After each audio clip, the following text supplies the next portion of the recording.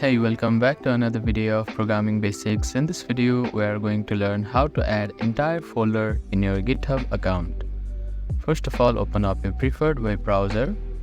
Now at the address bar, type in github.com and click on enter. Make sure that you are logged into your account.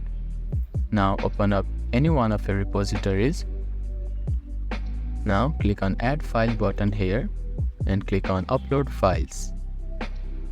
After that, you will need to drag and drop your folder here.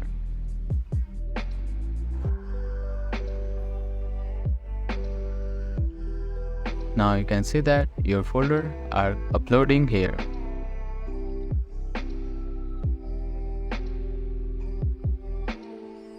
After the uploading is completed, you can click on commit changes button.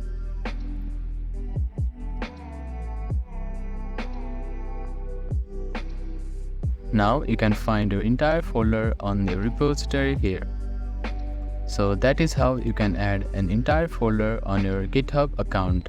Thank you for watching this video. Please do not forget to like, share and subscribe to our channel and comment down if you have any queries.